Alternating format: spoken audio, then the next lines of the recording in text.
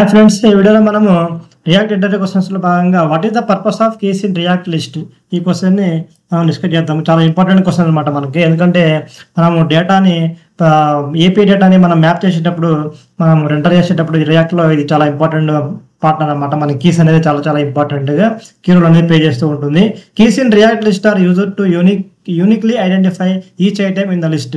ఇదేంటి ఏం చేస్తుందంటే, ఇది యూనిక్నెస్ అంటే ఒక యూనిక్ కీ అనేది ఏం చేస్తుందంటే రియాక్ట్ లిస్ట్లో లిస్ట్ చేసినప్పుడు మనము మ్యాప్ చేసి దాన్ని లిస్ట్ చేసినప్పుడు మన ఐటమ్స్ని అంటే ఆ లిస్ట్ని ఆ యొక్క థర్డ్ పార్టీ ఏపీ కానివ్వండి ఏదైనా ఏపీని ఆటోమేటిక్గా ఇది ఏం చేస్తుందంటే ఒక యూనిక్ ఐడెంటిఫైని మనకి ఇస్తుంది అనమాట కీ అనేది.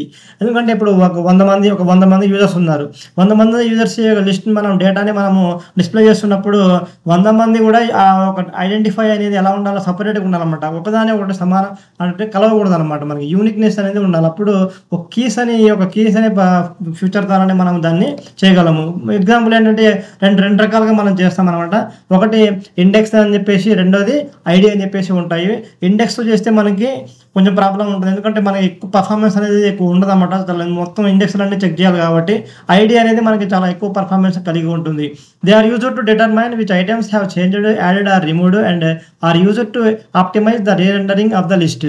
ఇది మన యొక్క ఏదైతే మనం డేటాని అంటే మనం లిస్ట్ చేసిన డేటాని రిమూవ్ చేయాలన్నా, యాడ్ చేయాలన్నా, చేంజ్ చేయాలన్నా, మనం ఏమన్నా అప్డేట్ చేయాలన్నా, ఏం చేయాలన్నా ఈ బేస్డ్ ఆన్ యూనిక్ కీ అనేది ఆ బేస్ చేసుకుని రియాక్ట్ ఏం చేస్తుంటుంది, దాని మీద వర్క్ చేస్తూ ఉంటుంది అనమాట ఆ కండిషన్ బట్టి. అందుకని చెప్పేసి మనకి కీ అనేది చాలా చాలా ఇంపార్టెంట్ ఇన్ ద లిస్ట్. అంటే మనం మ్యాపింగ్ చేసేటప్పుడు చాలా చాలా ఇంపార్టెంట్ అనమాట. ఫీచర్స్ ఏమన్నా ఇచ్చినట్టయితే keys should be unique among siblings. And siblings అంటే పైన కింద ఉంటాయి కదా మనకి మిగతా ఐటమ్స్ బట్టి అన్నిటికి కూడా యూనిక్గా ఉండాలి. ఇవి ఒకదానికి ఒకటి సంబంధం ఉండకూడదు అనమాట.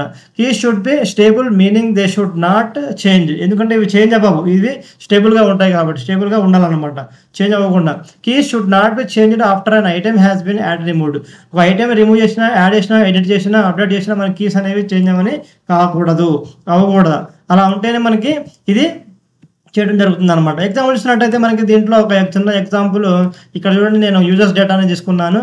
ఇక్కడ నేను మ్యాప్ చేస్తున్నాను, యూజర్స్ డాట్ మ్యాప్ అని చేశాను. ఇక్కడ మనం యూజర్ అనేది ఏంటంటే ఆ యొక్క ఐటెము, మీ ఐడి సచిన్, రోహిత్, విరాట్ అని చెప్పేసి యూజర్స్ అనమాట. వీళ్ళు యూజర్ కింద వస్తుంది. ఇక్కడ నేను కీగా ఏవాడాను, యూజర్ డాట్ ఐడి వాడాను. ఐడి అంటే 101, 102, 103. అంటే మనకి ఈ ఐడి అనేది ఎప్పటికి కూడా యూనిక్నే ఉంటుంది, కలవదనమాట. దీన్ని బట్టి నేను ఈ ఐడిని తీసుకొని కీగా తీసుకొని మనం వాడితే ఎంతమంది యూజర్స్ ఉన్నా సరే మనకి ప్రాబ్లం అనేది రాదనమాట. పర్ఫార్మెన్స్ ఫాస్ట్ ఈ యొక్క రోల్ అనమాట.